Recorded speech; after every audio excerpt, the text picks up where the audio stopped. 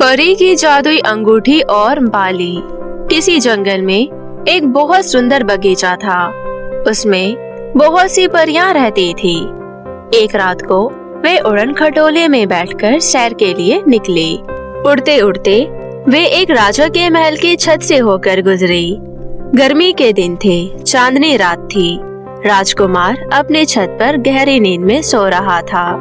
परियों की रानी की निगाह उस राजकुमार पर पड़ी तो उसका दिल डोल गया। उसके जी में आया कि राजकुमार को चुपचाप उठाकर ले जाए, परंतु उसे पृथ्वी लोक का कोई अनुभव नहीं था, इसलिए उसने ऐसा नहीं किया। वो राजकुमार को बड़ी देर तक निहारते रहे।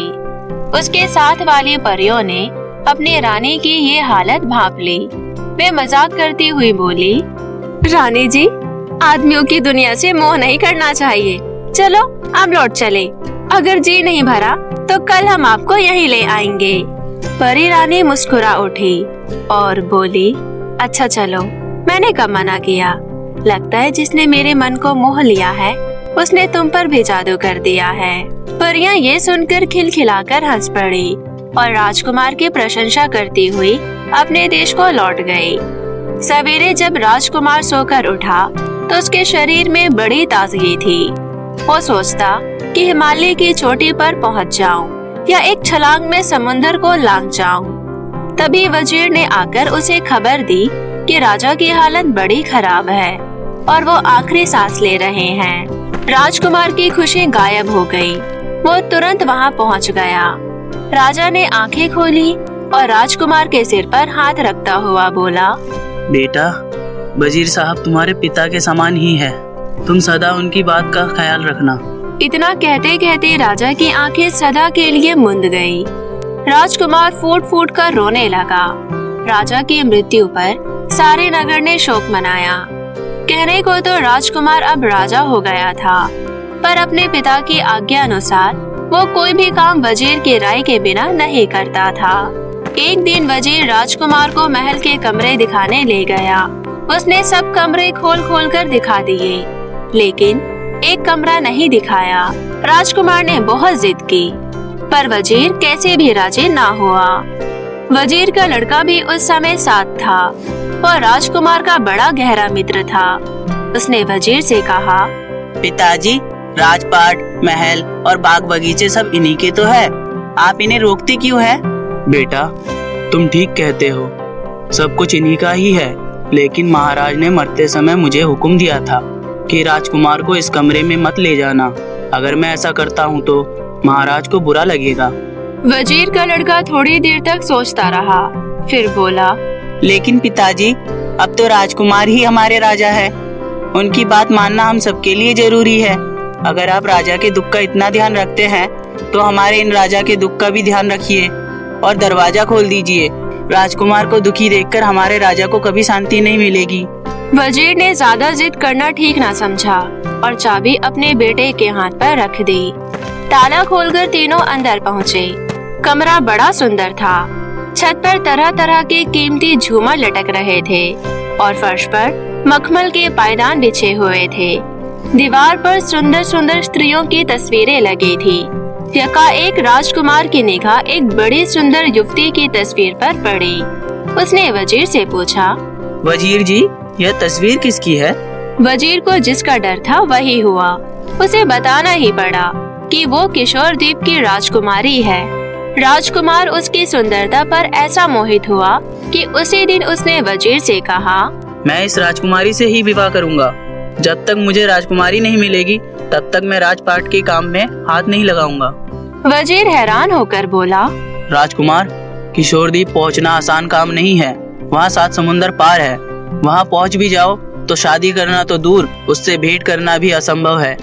उसकी तलाश में जो भी गया लौट कर नहीं आया। फिर ऐसे अनहोने काम में हाथ डालने की सलाह मैं आपको कैसे दे सकता हूँ? पर राजकुमार अपनी बात पर अड़ा रहा। वजीर का लड़का उसका साथ देने को तैयार हो गया। वे दोनों घोड़े पर सवार होकर चल दिए। चलते चलते दिन डूब गया। वे एक बाग में पहुँचे और अपने अपने घोड़े खोल दिए। हाथ मुंह धोकर कुछ खाया पिया। वे थके हुए तो थे ही, चादर बिछाकर लेट गए। कुछ देर बाद ही वे गहरी नींद में सो गए। आँख खुली और चलने को हुए तो देखते क्या है कि बाग का फाटक बंद हो गया है और वहाँ कोई खोलने वाला नहीं है। बगीचे के बीचों बीच संगमरमर का एक चबूतरा था। आधी रात पर वहाँ कालीन बिछाए गए। फूलों और इत्र की सुगंधी चारों ओर फैलने लगी। फिर चबूतरे पर एक सोने का सिंहासन रख दिया गया। कुछ ही देर में घर घर करता हुआ एक उड़न खटोला वहाँ उतरा। उसके चारों पायों को एक एक परी पकड़े हुए थी और उस पर उनकी रानी विराजमान थी। चारों परियों ने अपनी रानी को सहारा देकर नीचे उतारा और रत्न जड़ित सोने के सिंहासन पर बैठा दिया।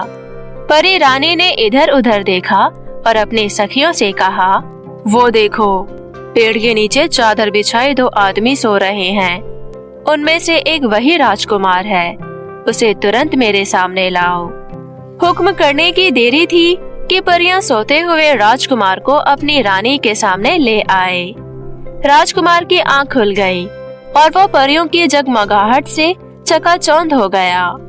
परियों को अपने आगे पीछे देखकर उसे बड़ा डर लगा और हाथ जोड़कर बोला, मुझे जाने दीजिए।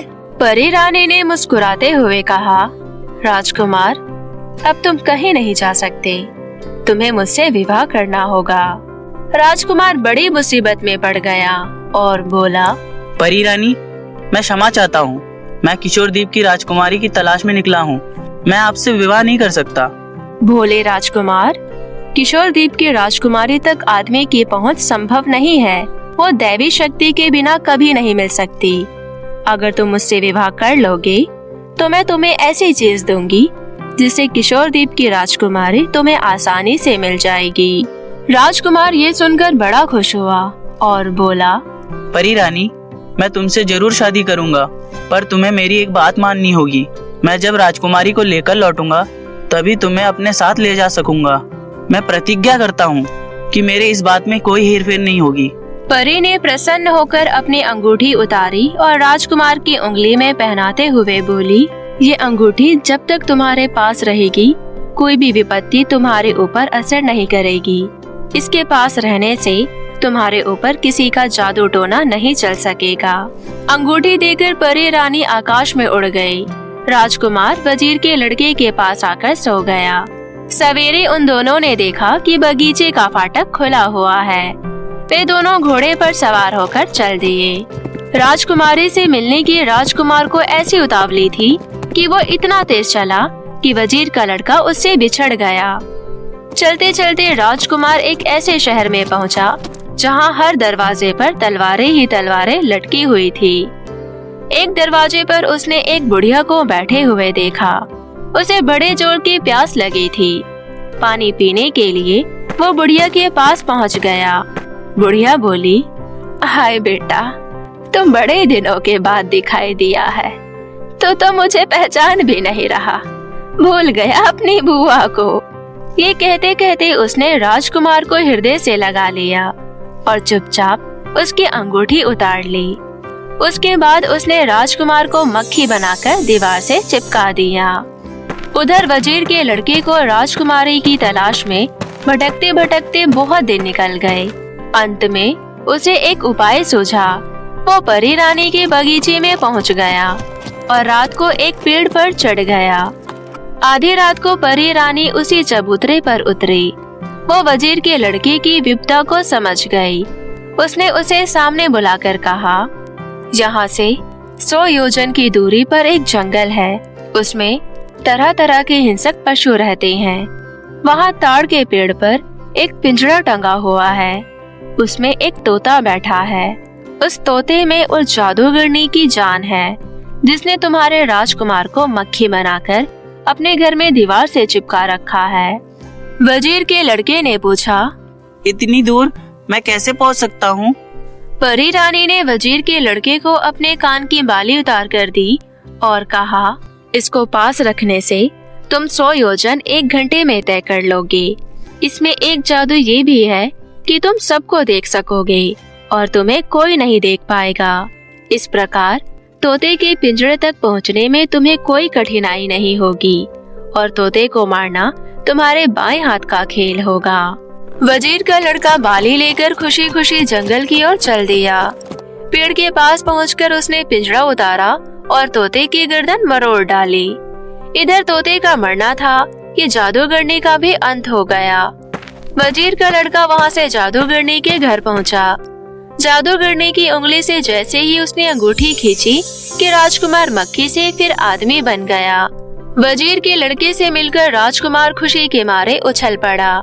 वजीर के लड़के ने राजकुमार को सारा किस्सा कह सुनाया। अब दोनों साथ साथ राजकुमारी से मिलने चल दिए। चलते चलते वे बहुत थक गए थे।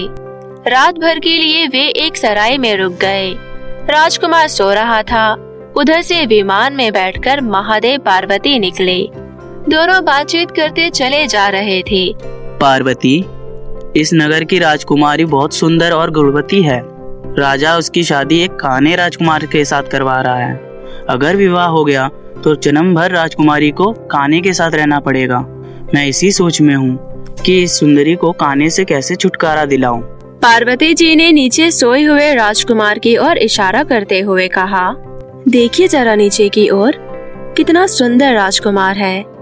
विमान उतारिए और राजकुमार को लेकर वर की जगह पहुंचा दीजिए। महादेव जी को ये युक्ति जच गई। उन्होंने ऐसा ही किया। राजकुमार की शादी उस राजकुमारी से हो गई। राजकुमार ने राजकुमारी से कहा, किशोर द्वीप की राजकुमारी से विवाह करने के बाद लौटते समय मैं तुम्हें साथ ले जाऊंगा। इस समय तो तुम मुझे जाने दो। राजकुमारी को राजकुमार पर विश्वास हो गया। उसने उसे 2 बाल दिए, एक सफेद और एक काला। राजकुमारी ने कहा, काला बाल जलाओगे तो काला हो जाएगा और सारी इच्छाएं पूरी कर देगा। राजकुमार बाल पाकर बड़ा खुश हुआ और राजकुमारी को लौटने का भरोसा देकर किशोर द्वीप की ओर चल पड़ा। पहले उसने काला बाल जलाया। बाल के जलाने की देरी थी कि काला दैत्य राजकुमार के आगे आ खड़ा हुआ। राजकुमार पहले तो बड़ा डरा, पर वो जानता था कि वो दैत्य उसका सेवक है। उसने हुक्म दिया, जाओ, वजीर के लड़के को मेरे पास ले आओ। काला दैत्य उसी क्षण वजीर के लड़के को राजकुमार के पास ले आया। फिर बोला, और कोई आज्ञा? राजकुमार ने कहा, हम दोनों को राजकुमारी के महल ले चलो। कहने की देरी थी कि वे राजकुमारी के महल के फाटक पर आ गए। वहाँ एक सैनिक पहरा दे रहा था। उसने अंदर जाने नहीं दिया। राजकुमार ने फिर काला बाल जलाया। दैत्य हाजिर हो गया। राजकुमार के हुक्म देते ही काला दैत्यों की पलटन आ गई। उन्होंने रानी राजकुमारी के सिपाहियों को मौत के घाट उतार दिए।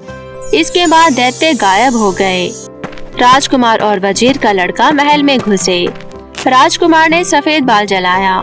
सफेद देव आ गया। राजकुमार ने उससे कहा, मैं राजकुमारी से विवाह करना चाहता हूँ। बारात सजा कर लाओ। जरा सी देर में देव अपने साथ एक बड़ी शानदार बारात सजाकर ले आया। राजकुमारी के पिता ने जब देखा कि कोई राजकुमार राजकुमारी को शान और शौकत से ब्याहने आया है और इतना शक्तिशाली है कि उसने उसकी सारी सेना नष्ट कर डाली है, तो उसने चूं तक न की। राजकुमार का विवाह राजकुमारी से हो गया। अब राजकुमार राजकुमारी को लेकर अपने घर की ओर रवाना हो गया। रास्ते में से उसने उस राजकुमारी को अपने साथ लिया जिसने उसे बाल दिए थे। इसके बाद परी रानी के बगीचे में आया। रात को सब वहीं ठहरे। आधी रात को परी रानी आई। राजकुमार उसे देखकर बड़ा प्रसन्न हुआ और बोला, यह तुम्हारी ही कृपा का फल है जो मैं राजकुमारी को लेकर यहाँ अच्छी तरह से लौट आया। यहाँ दूसरी राजकुमारी भी तुम्हारी तरह मुसीबत में मेरी सहायक हुई है। तुम इसे अपनी छोटी बहन समझकर खूब प्यार करना। परी रानी बोली, राजकुमार, तुम्हारी खुशी में मेरी खुशी है। राजकुमारी के कारण ही हम दोनों को तुम्हारे जैसा सुंदर राजकुमार मिला है। राजकुमारी आसिया पटरानी हुई और हम दोनों उसकी छोटी बहनें। वे सब उड़न खटोले में बैठकर राजकुमार के देश में आ गई। तो मेरे प्यारे दोस्तों, कैसी लगी आपको मेरी ये कहानी? मुझे कमेंट करके जरूर बताएं और इसे अपने दोस्तों के साथ भी शेयर करें। और हाँ दोस्तों, अगर आपने अब तक मेरे चैनल मिनी एंजल टीवी को सब्सक्राइब नहीं किया है तो जल्दी से नीचे लाल बटन दबाकर अभी सब्सक्राइब कर ले और साथ ही इस बेल आइकन को दबाना ना भूले। तो मिलती हूँ मैं आप सभी से फिर किसी नई कहानी के साथ। तब तक आप अपना ध्यान रखें। बाय बाय दोस्तों।